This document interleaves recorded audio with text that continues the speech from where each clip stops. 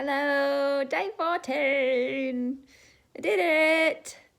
Stayed in the house for 14 days with my children, and I know we've got a lot more to come. I've got another few days till it's been 7 days since I had my symptoms, and then wondering if my symptoms were different to everybody else's symptoms. Do we all need to stay in another 14 days? Oh, I don't know. But we're probably just going to stay in anyway. There's nowhere to go, is there? So that's it. Day 14. We did it. I said I'd do a quick recap so I can tell you about I thought I'd do an emotional recap.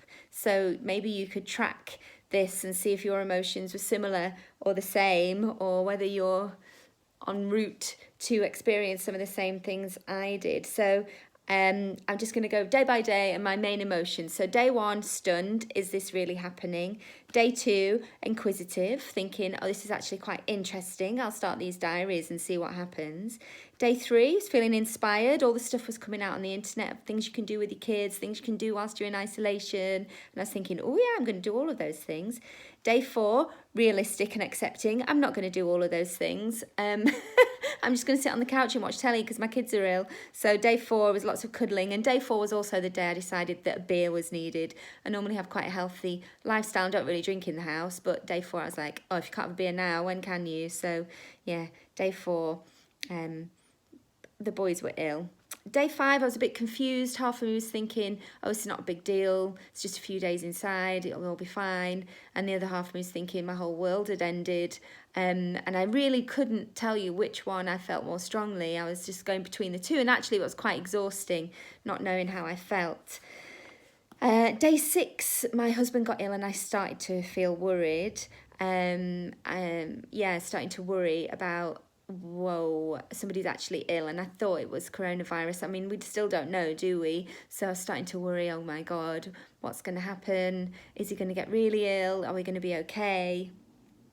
And then day 7, it was Mother's Day, and yeah, I was feeling pretty anxious, sad, isolated, worried. It wasn't a good day. Day 7 was really tough, and I don't know where we're at now with this social isolating for everyone and the social distancing for everyone. Are we around day 7? So I don't know, maybe you're feeling the same. Maybe it's all starting to hit you now, but you're not alone. I think we're all going to go through that. Day 8, I was feeling pretty determined. I was really grateful of everybody's help.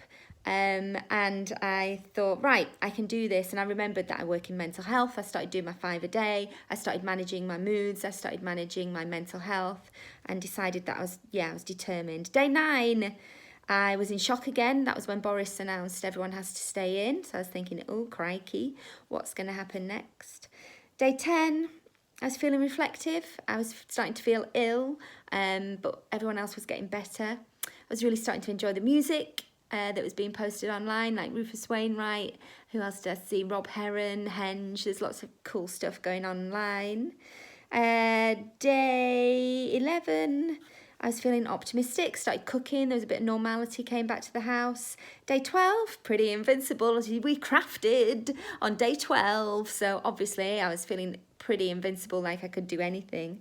Yesterday I was feeling really calm and actually had quite often in my normal life, I feel really lucky and happy. And yesterday was the first time I felt normal. I felt that kind of contentment and happiness again, which was really glad that it had come back so quickly. And then today, I've been bored, really bored. What a boring day. The weather's been a bit cold and windy and not very nice.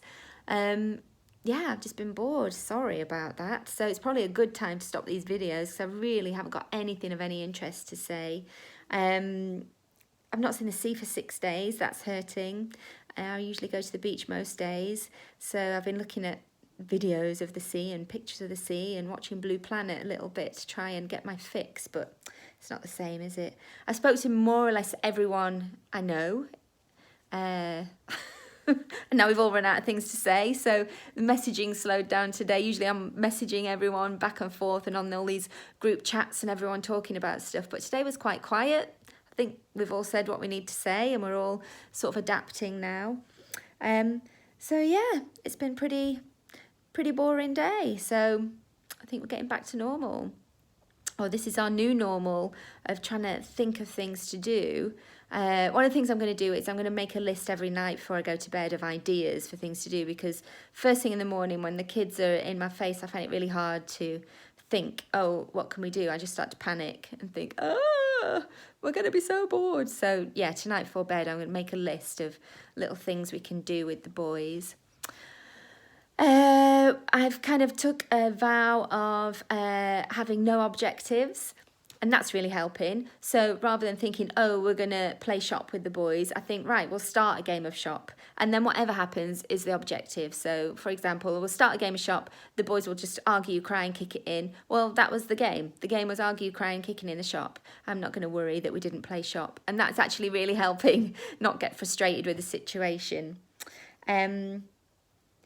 Yeah, and it's all good. It's all right. I mean, I'm slightly, concerned about what's going to happen with the boys. They're only 4. It's a really important time for their social development, I think, and it's all changed. So how's that going to impact on them in the long run? I don't know. We're going to have a whole generation of kids that have been impacted in some way by this. Who knows? It could be a positive impact because we all get to spend more time with our family.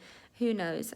I certainly don't. So I'm not going to worry about it. We'll just wait and see. One day at a time is definitely my motto. Just take one day at a time.